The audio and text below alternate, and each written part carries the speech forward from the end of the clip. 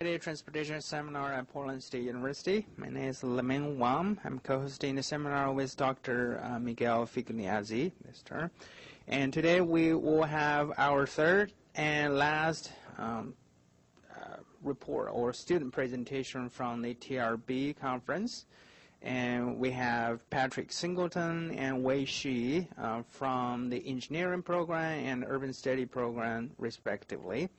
And they will each present about 20 minutes, and then we'll have Q&A for about 10 minutes, and then we'll switch to the second speaker. We'll start with Patrick. And with that, I'll give the phone to Patrick. Thanks a lot. I'm happy to be here. I've done this a few times, but I'm glad that we're here now instead of snowed in. One of the benefits of having to do this a couple weeks later is that now I have a little bit more results to present. So there's a little bit more for you to see today than you would have the other day. So again, thanks. I'm going to present about some research I presented at TRB, looking at the positive utility of travel and mode choice. So to give you an overview of the presentation, first I'll present you with my research questions. I'll give you a background about this topic, talk about my study and the data that I collected, give you some preliminary results, very preliminary, and discuss some of the implications of this research.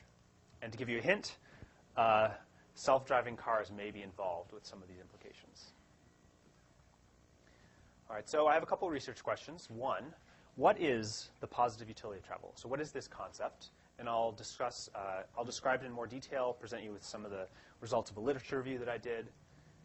Next, how do we measure this concept? So I'll present you, talk about my original data collection effort. And then third, what variables are associated with the positive utility of travel? And I'll discuss some brief results about transportation modes. All right, so I work a lot in the transportation planning, travel demand modeling area of transportation. And so some of you may have seen the four-step process of trip generation, trip distribution, mode choice, a trip assignment.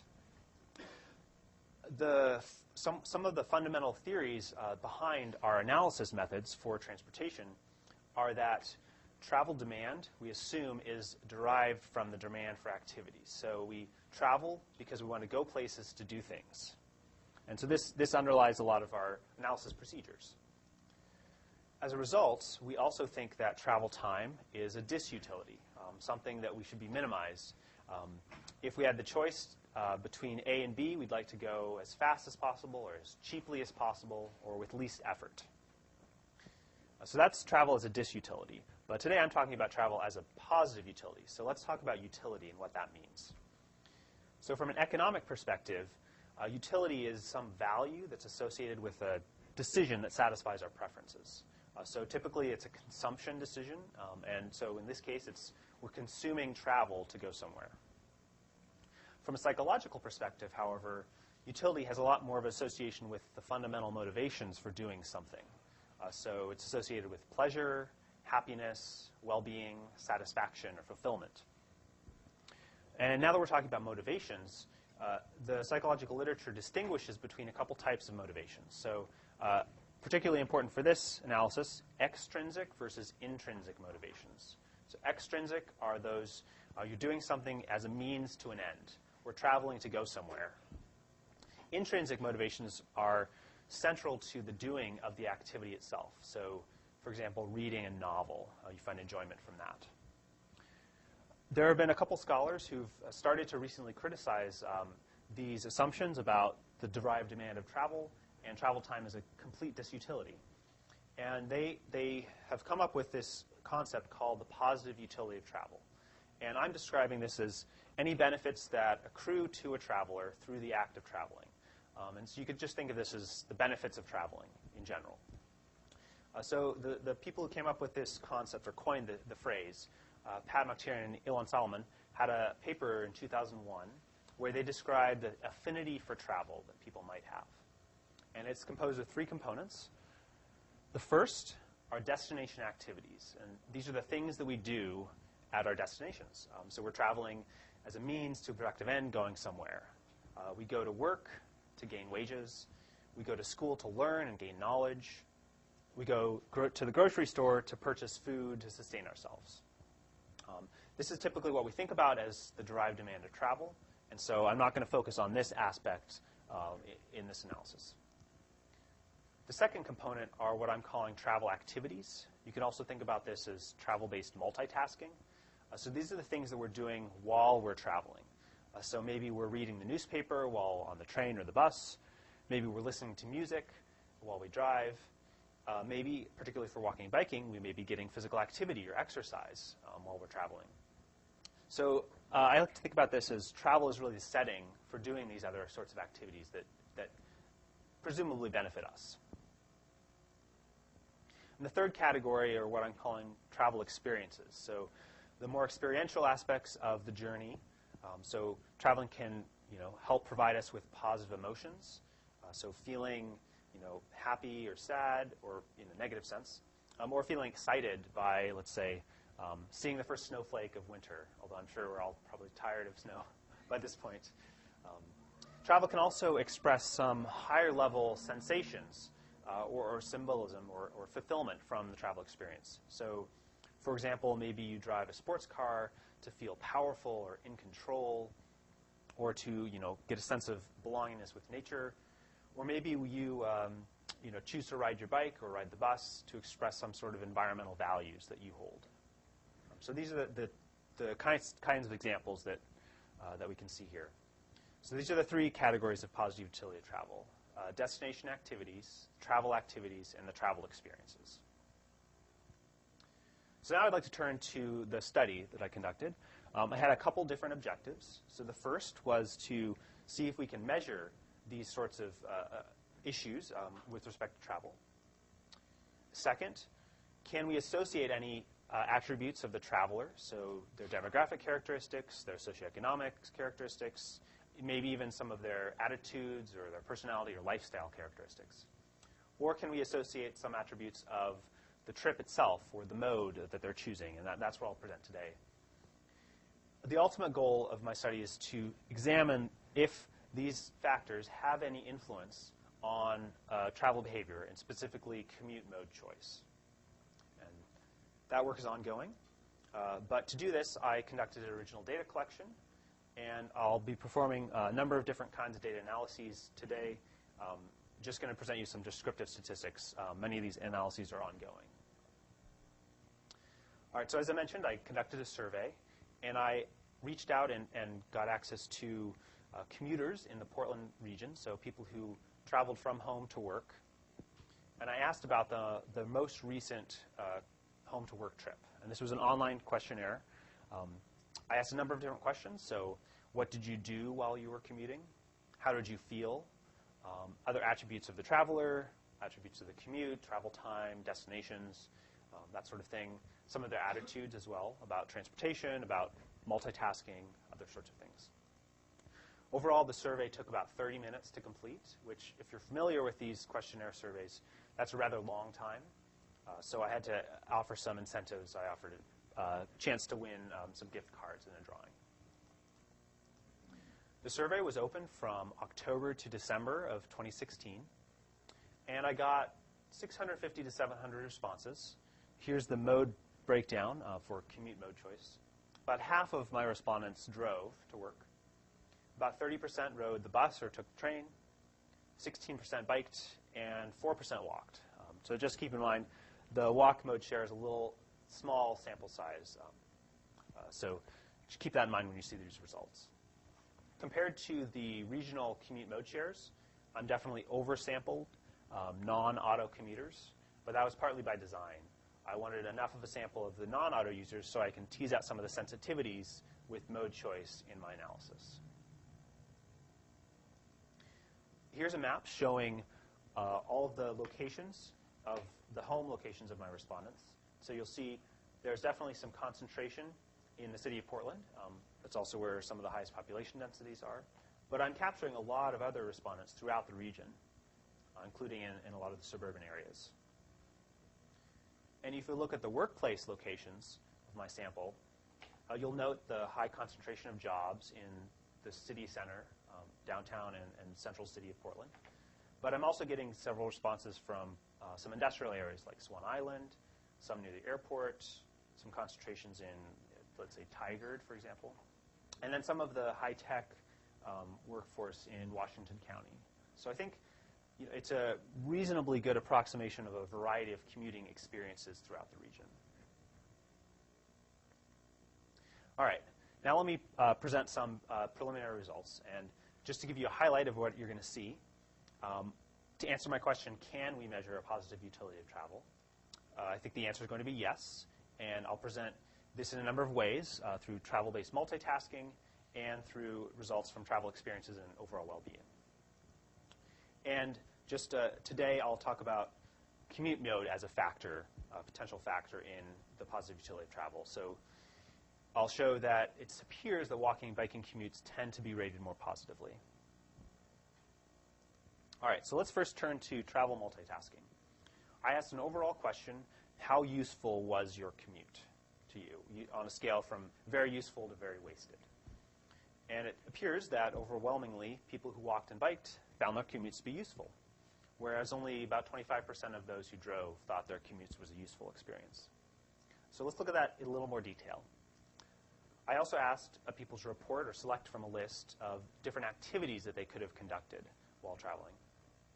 And so we see for auto commuters, most people are listening to music or the radio, but not doing much else. That's maybe to be expected. The driving task is requires a high cognitive load. You have to hold the steering wheel and use your feet, so it's hard to do other sorts of things while we drive. If we look at transit, not one activity is dominating. Certainly texting or emailing was the most common response, but a larger number of activities are being reported by more people. So it seems like people are doing more things on transit. They have the ability to do lots of different sorts of things, even reading electronically, useful social networking apps, that sort of thing. If we look at bicycling, the story changes. So almost everyone reports exercising while biking, but also people are reporting viewing scenery, people watching, thinking, or daydreaming. And very similar results for walking, just in a little different order. So to me, this seems to indicate that the usefulness that people derive from travel, report having travel, seems to be, contribution for exercise for walking and biking. And maybe people who ride transit are reporting a little bit more useful than auto commuters because they can do all these sorts of things while they travel. All right, now let me turn to travel experience aspect. So I asked another overall question: how much did you like your commute? Like to dislike? Again, overwhelmingly, almost 100% of people who walked and biked said they liked their commute in some way. But about 50% of transit and auto commuters also reported liking their commute, which was a little surprising to me. Other research has suggested that our commutes are least enjoyed activities of the day. So let's probe this a little bit in more detail. I also allowed people to select from a list of different emotions that they might have felt while on the trip, and I asked the same number of positive and negative feelings. And so you'll see, if you see more green, that's more positive, and more red, that would be more negative. So for automobile travel, we certainly see some negatives popping up, feeling stressed or frustrated or upset or vulnerable. But we do see some other positives, so attentive or alert, feeling calm. More people felt calm than felt stressed.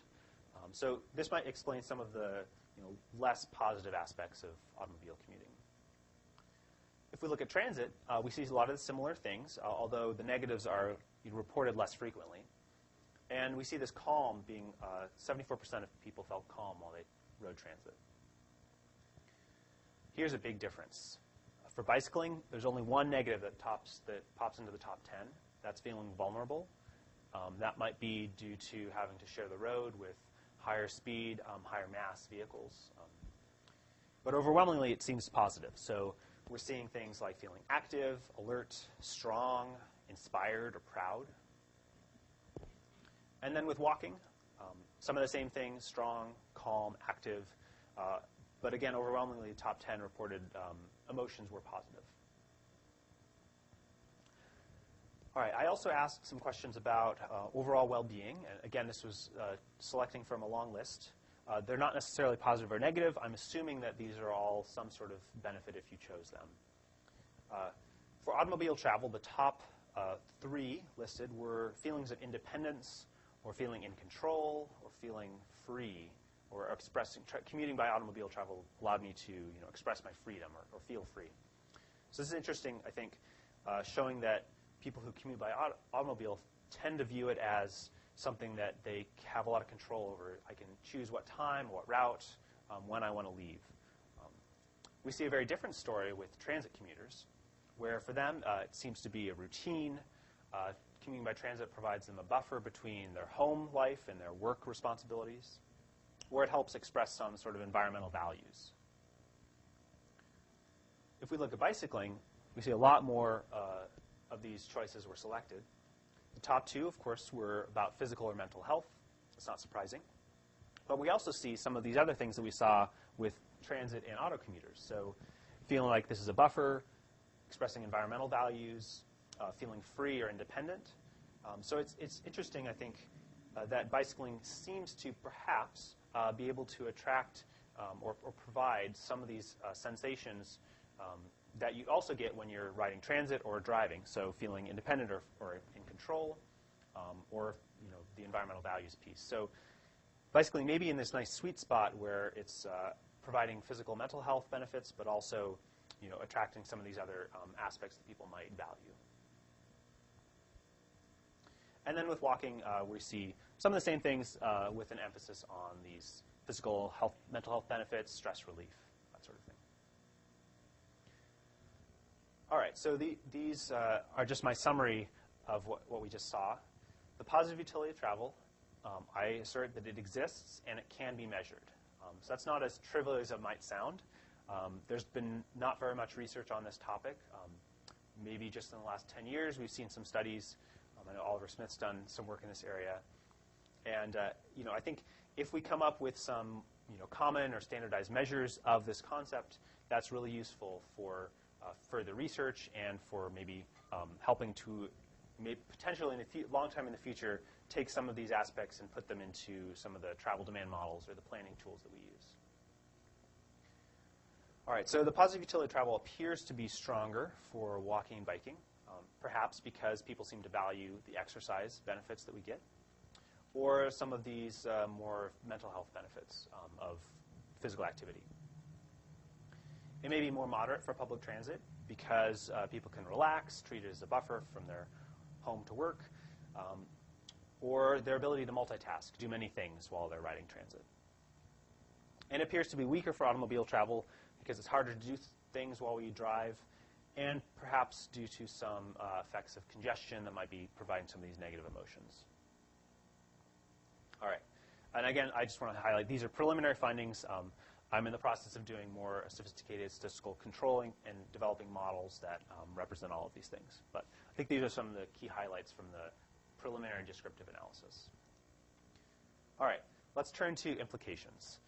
So I highlighted before, I think one of the major implications of this work could be our understanding of autonomous vehicles in the future. So a lot of the discussion around these modes, and AVs in particular, are that they're going to improve traffic safety by reducing the potential for human error. They're going to increase operational efficiency on our transportation system because they can talk to each other and with networks, or with the infrastructure, and maybe make efficient routing or provide more capacity. But what we haven't talked enough about and studied enough, I think, is how much are people going to adopt these? What's the demand going to be for autonomous vehicles? And one of the thoughts is that because you no longer have to drive, that opens up your time and resources to do lots of other things. So read a book, watch a movie, eat a meal, chat with friends, even sleep, for instance. And potentially, vehicle interiors might be more designed for comfort or entertainment. And so if you recall, all of those things are aspects of the positive utility of travel. So the thought is that AVs will have a reduced disutility of travel, and that people may be willing to travel longer or further.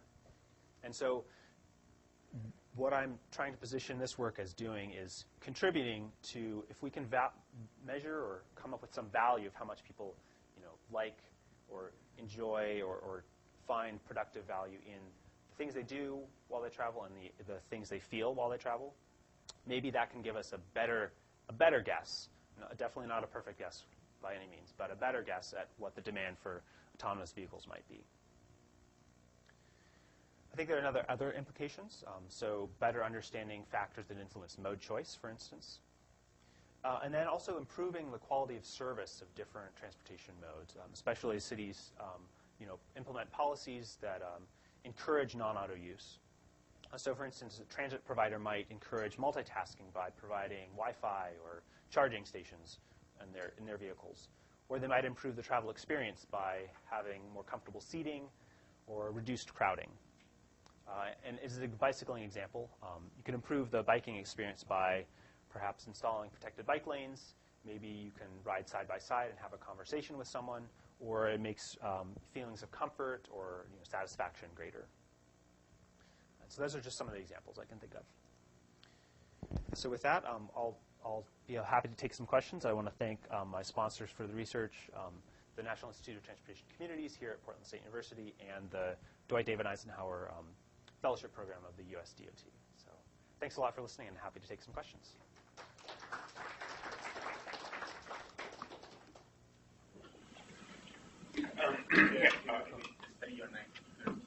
Mike Watson. And one question I had is, I know your goal wasn't to fix everything, just to find out who we measure, but are you looking at being able to measure some things that seems like some of the goals of the public transportation are kind of at odds with maximizing the travel activities? I mean, the bus people really like those bus routes that are jammed and utilized, which doesn't bode well for I like to sit with my newspaper out with both hands and read. So is there anything in the measurement to that, or even now, on the quizzes or the questionnaires? Okay, I did this. What route do you ride? Is it a heavily used route? Is it a nice quiet route? Is that any of that included? Yeah, so I'm not sure that I collected exactly which bus route people used, but I could maybe guess at it based on where their home and work locations were and the reported time of day. Speaking more to your broader question about some of the trade-offs, I think there is interest in some transit providers for making the travel experience more positive because reduced crowd. I know there are lots of routes that are overcrowded and pass up, and that doesn't make for good transit users or happy transit users. So I think a lot of agencies are looking at improvements of the travel experience. So this, I think this could help them do that in a little bit. Is there a minimum daily requirement for travel for humans? I mean, over time, in recorded human history, humans travel within a certain range of total time per day. Yeah, that's a really good question. Actually, I think I might have a slide that can help answer your question.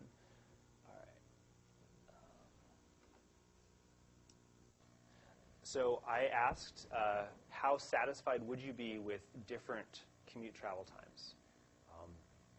Actually, let me go back. Sorry, I pulled up the wrong slide. There we go. There it is. Okay. And so people could report satisfaction with 0, 10, 20, 30, 45, an hour, or 2.5 hours, 2 hours or more. And interestingly, more people would be satisfied with a 10-minute commute than with a 0-minute commute. So, and this distribution has been found in 2 other studies that I recall, one recently and the one back in the 1970s. And so to me that suggests, well, people don't exactly want to live right where they work.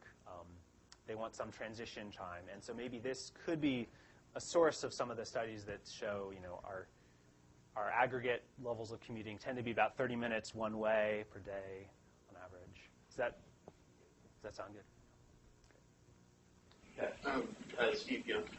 Just actually that made me think of something. I heard this about autonomous vehicles. Oh, well, people will be willing to travel farther for work, but isn't that kind of a similar situation as like train or bus travel? I mean, I don't want to take a 3-hour train ride to work every day, So like, do you see any implications of that, like in the with this here about like people's transit time on public transportation versus vehicle transportation? Yeah, actually, so if you look down here, This is overall. This is a distribution for auto commuters. This is the distribution for transit commuters. So they'd be satisfied with a longer commute travel time. And so, yeah, I think there's definitely something to be said with that. I've seen some simulation studies that try to say, well, the experience of riding transit, besides having to go with schedules or access a stop, the experience of being on transit, if it's not crowded, might be closer to the experience of riding in an autonomous vehicle because you can do lots of sorts of things. So I think there's definitely the modeling work that I hope to get into more, maybe some of the parameters of their sensitivities could help explain that behavior. Exactly. So I was wondering whether you had any thoughts on how large the magnitude of the positive utility of travel might be. I mean, compared to the other characteristics that influence mode choice, how big is it, and is it something that's enough to kind of switch people from one to another? That's a great question, and that's really at the heart of my objectives for this work. I haven't had a chance to examine that in detail, and that's one of the things I'm planning to do when I finally wrap this all up into a mode choice model.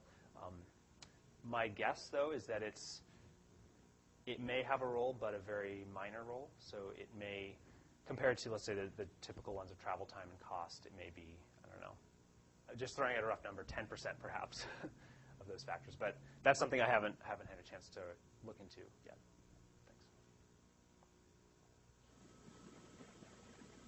Yes? Maria Sippin.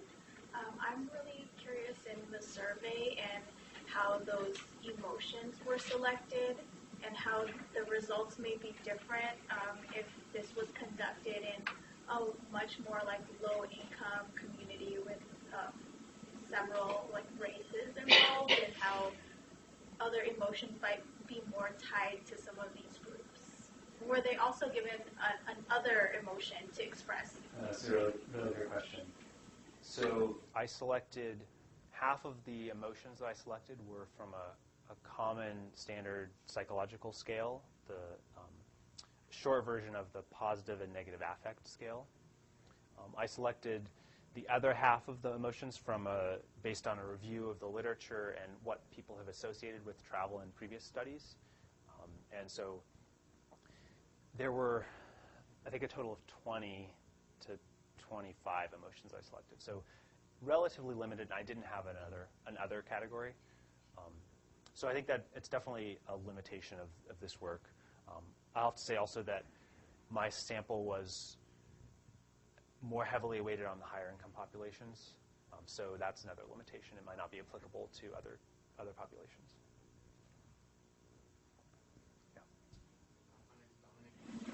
Yeah. I was just curious if the survey was based on somebody's primary mode of transportation or their preferred mode of transportation.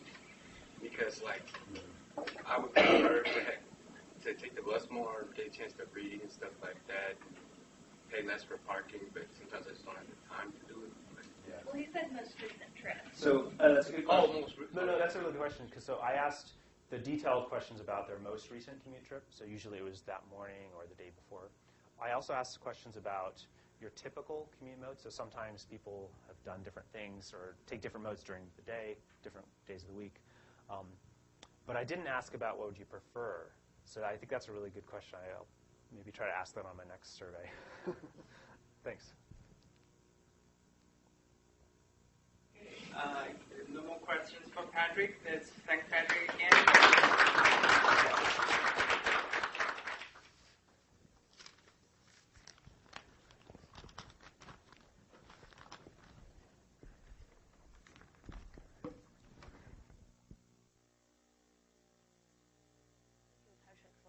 Presentation. So today I will talk about my paper, which co-authored with Dr. Jenny Liu and presented in the last TRB. Our topic is the impact of bike facilities on residential property prices.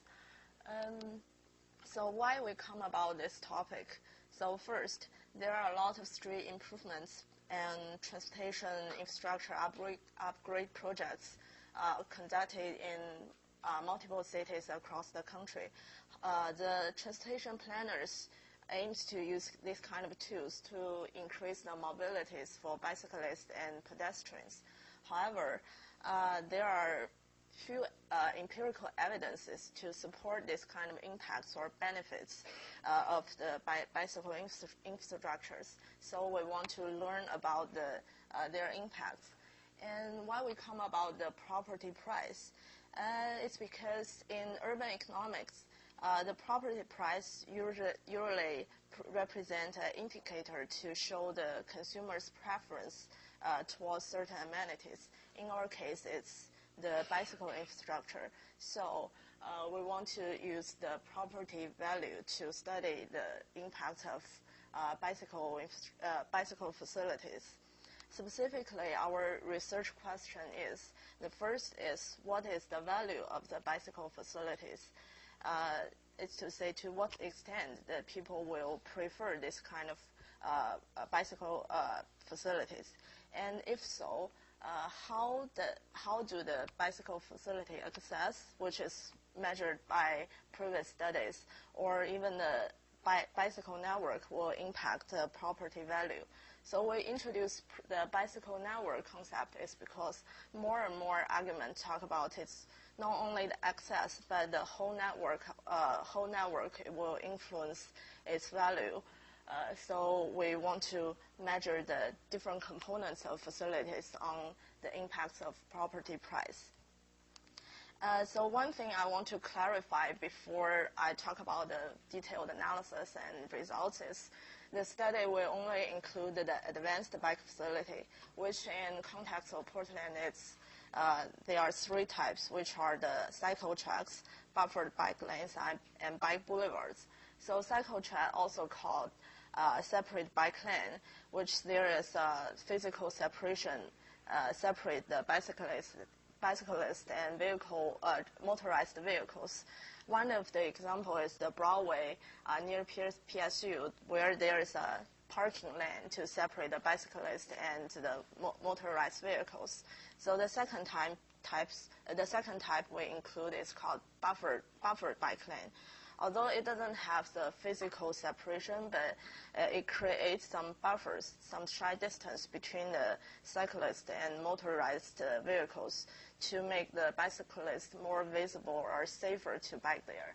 And the third type is the bike boulevards, which you may see a lot in the East Portland, where it may not necessary to separate the bicyclist and motorized vehicle, but it used some treatment like reduce the speed limit or create some bumps to reduce the traffic volumes of the cars and create more bike-friendly space for bicyclists to feel more comfortable and safer to bike there. So we only include those three types in our analysis.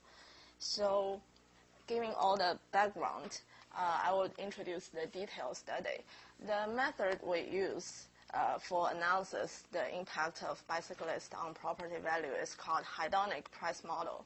So simply speaking, it's just a linear regression model which takes the property price as the dependent variable and to see the bunch of factors that will impact the value and to see how is the implicit effect of each factor on the property price. So in this study, we include four types of factors, which are the transaction characteristics, like which year or what month it was sold, the property was sold, and the property attributes itself, like its size, its age, etc., and the neighborhood characteristic of that property, like which school zone it's in, and how far it's located from downtown or this kind of neighborhood attributes. And the fourth one is the bike facility characteristic, which is our main concern of factor here. So our idea is control for other factors. We want to measure the value of bike facilities on their impacts on property price. And so kind of build upon the simple linear regression, we want to control for the spatial autocorrelation effect. So it's kind of like a big word, but you can think a property the price will very likely to affected by the closing properties. So if like a home buyer want to make an offer on certain property, he will check the surrounding their neighbors' property prices, how much they are to decide how much the property they want to buy. So that's main thing. That's the main idea of this spatial autocorrelation effect, is to control the surrounding neighboring property price to more accurately estimate the price of that property. So we will use the data.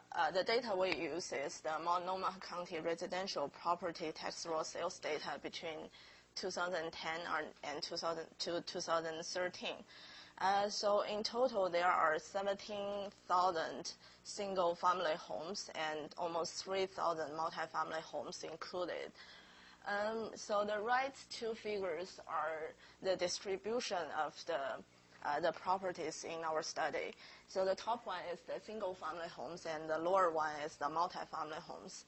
And the yellow dots represent the amount of the property, like how many are they, and the color represent the price. The darker, the higher. So we can see for single-family homes, they are more equally distributed across the city. But for the multifamily homes, it's more concentrated into the city center. So, so that's about our properties. And the sales data was also combined and to be our dependent variable. So in terms of the independent variables in the regression equation, like we talk in the hedonic price model, there are 4 categories. So besides the property attributes, the regional amenities and transaction characteristics, what we introduced new to the hedonic regression model is the bike facility characteristics. And so we particularly create 2 specifications. One is the ease of access, which is measured by the distance to nearest bike facility. So this one is the common measures used by previous study, which they hypothesize if the property is closer to the bike facility, it will get the property appreciation. The second specification is called extensiveness of network, which measured by the density of advanced bike facility around the half-mile radius of that property. So what we think is not only if you can access the facility is important, but also if there are multiple bike lanes that you can make more freely road trips and to different destinations will also important in the case of bike facility construction. So given all the introduction of the background and the data and method, we come up with the final regression models results. So this table is big, but it's easy to read as well. The first 2 columns represent the linear regression model results, and the last 2 represent the model control for the spatial autocorrelation. And the single-family homes and multifamily homes are separate into 2 columns separately. So besides the advanced bike facility characteristics, other factors had the expected influence on property price. For example, if the house is big, it will have high price, and if located in a good school zone, it also will bring property price appreciation. And kind of interesting thing in Portland is if the house is sold in the non-rainy season, it will significantly get higher price than sold in the rainy seasons. So all the other factors are as expected. So after controlling for them, we can see the factors in the orange box, which are our bicycle facility characteristics. So it's the result is kind of prove our hypothesis that is, if the property is locating closer to the property, closer to the bike facility, it will get higher price. And control for that, if it's locating in a more dense bike facility area, which means that in a more better bike network, it will also bring the higher price for the property. So the last two columns is controlling for the spatial autocorrelation effect. You can see the magnitude is kind of a little bit lower, and because the models controlling for spatial autocorrelation effects will have better fit, and it will provide more accurate estimate of the effect of the bike facility and avoid the overestimation of the linear model. And to transform those coefficients into more understandable way is if the property locate each quarter mile closer to the nearest bike facility, the single family homes will get $686 appreciation, while the multifamily home will get $66 appreciation. And in terms of the extensiveness of the bike network, for each quarter mile increase in the density of the bike facility within a half-mile radius will bring about over $4,000 appreciation to the property. So this result is kind of empirically prove the positive benefits of bike facility and people's preference to those property, and with a very significant magnitude. So our analysis also turns to the policy implication.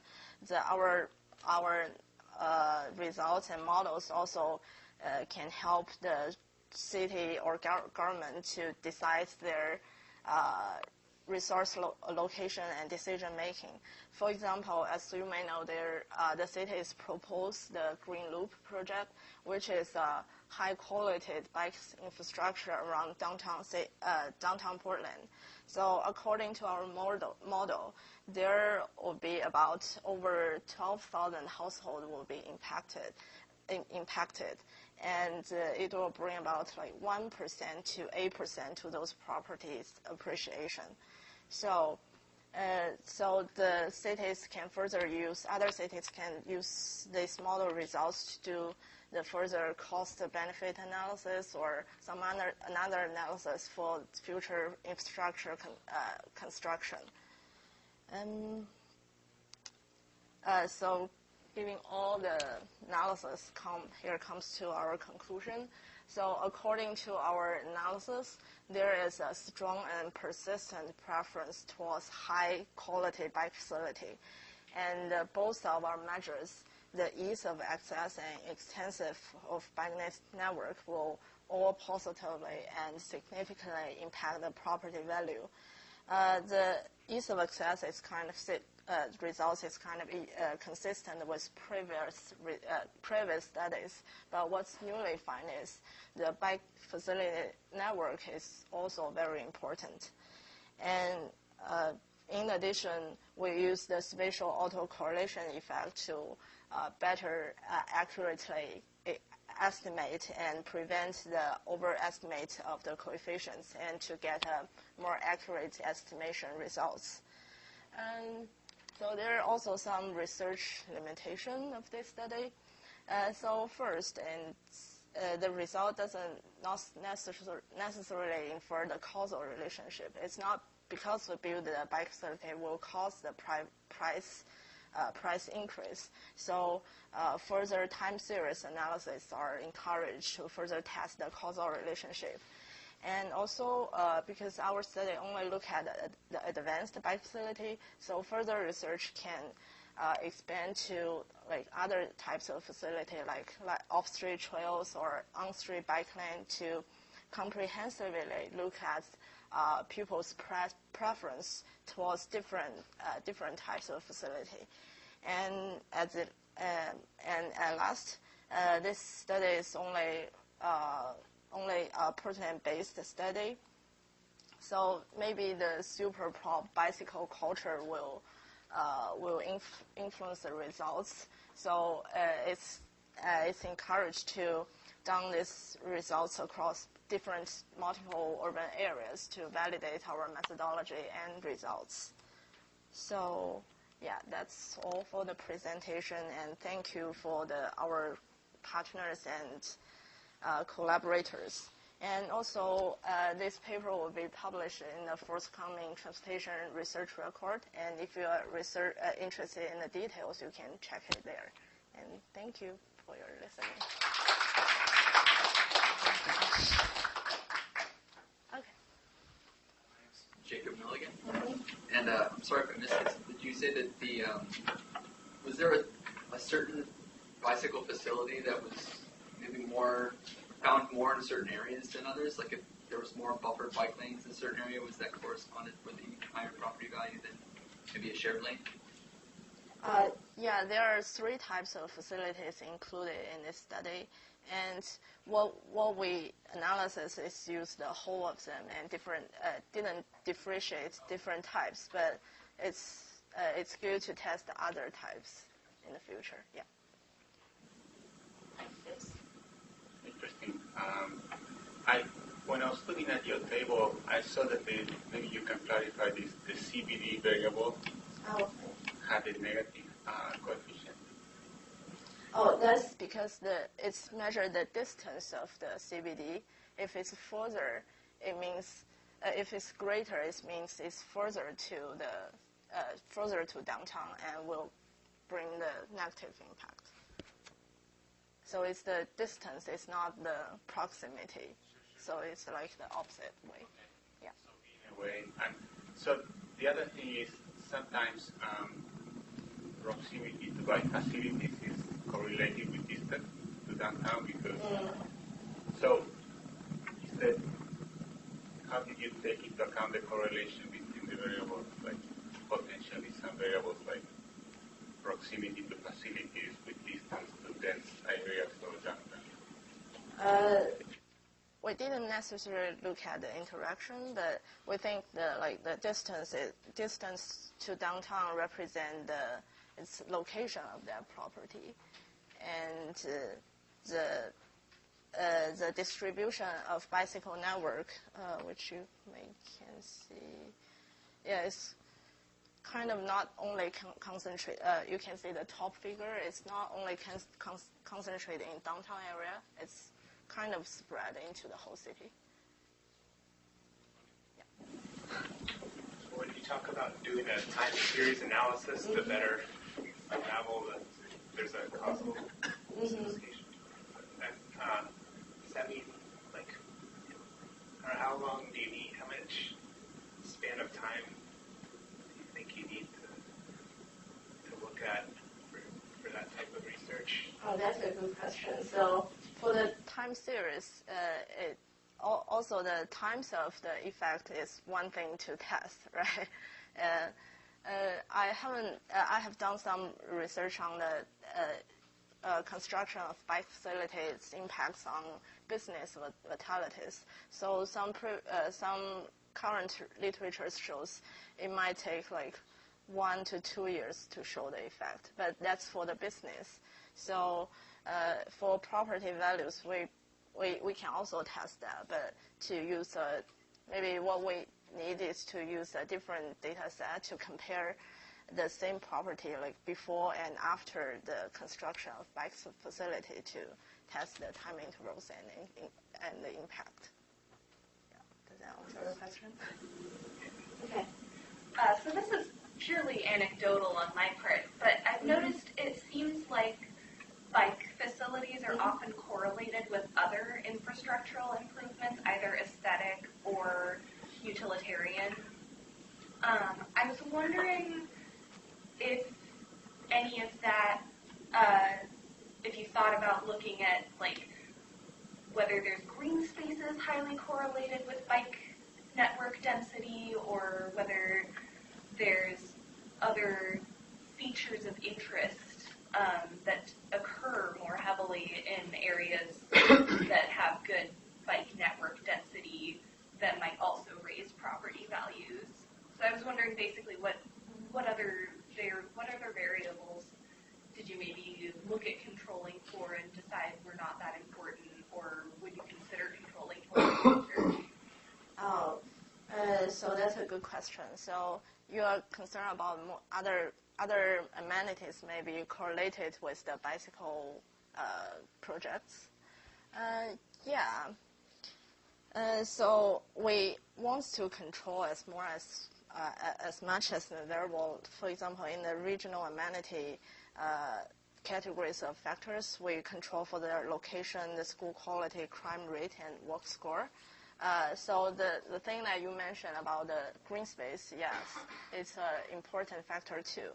But for this one, we only look at the advance, which is an on-street bike facility. So yeah, it's good to include other like the off-street multi-use paths, which is more related to green space in future studies. Thank you. In response to that question as well, we didn't mention it, but in the models we also have neighborhood effects, so that controls for any missing variables that might be related to individual neighborhoods, the access they have to green spaces and all things that are in that area. Thank you. Yes? Yeah, I had a question about why, because it seemed with extensiveness, both single and multifamily homes showed a price increase, but with access, there was like just $66 per half mile for access. Yeah. Yeah, it's because it's after controlling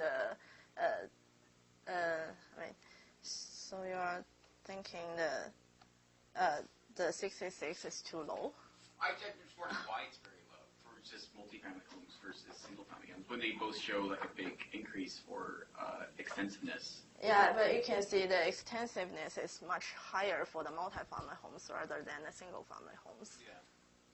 So, okay. I'm just curious as to why. I don't know if you can answer that, but I don't. Why?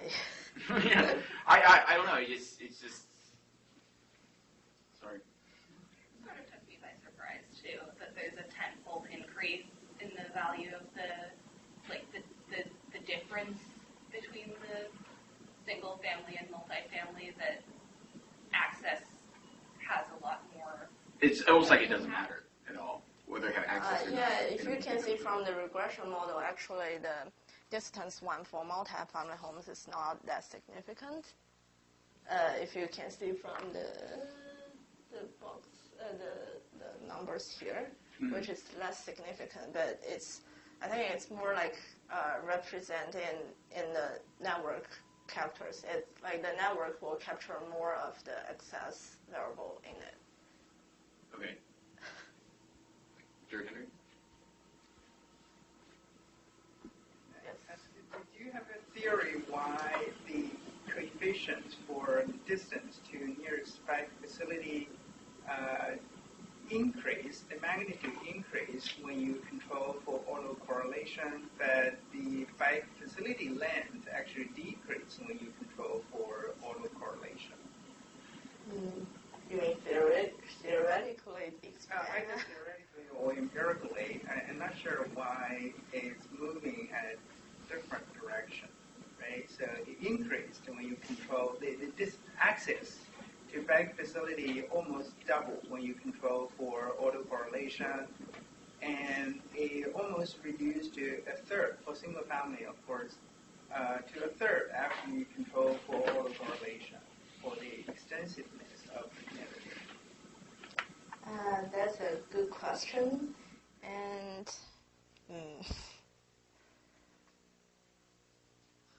I cannot think a very straightforward way to explain for right now. Maybe I'll do more research later and to know what exactly happened. My hypothesis is that it's related to my question about bike network density being correlated with other values of the neighborhood, and the spatial autocorrelation seems like it would also have something to do with that. Yeah, that's only kind of the current. You're talking about the future research about time series or treatment control group. That's only will be one step that can control for some of those self-selection effects, where the bike facility more likely to be put in place where we have, for example, more multifamily homes have higher density areas than or potentially other green space, open space. That might be what I play, but actually I cannot think of I don't have the theory of what might be happening here either. That's only. Yeah, it's certainly a good point to learn later. Thank you. Yes. Have you noticed any reduction in crime rates, such as personal property vandalism or something like that? So you mean crime rate? Yeah, I see a negative crime rate in your table. Yes, if the crime rate is higher, people definitely don't want that. So it will. I'm saying over those 3 years, have you noticed a decrease in crime rate with the bike facilities? So you mean when they implemented the bike facilities, did the crime rate go down, or did it stay the same, or did it increase? Oh, you mean the correlation between the crime rate and the bike facilities? I haven't particularly looked at the correlation. I don't exactly remember the correlation, but if we see from the figures, you can see, it might be. Because the crime rate is much higher in downtown area or some sub-center area, which is a lot of, there's a lot of bicycle facilities constructed there, so, yeah.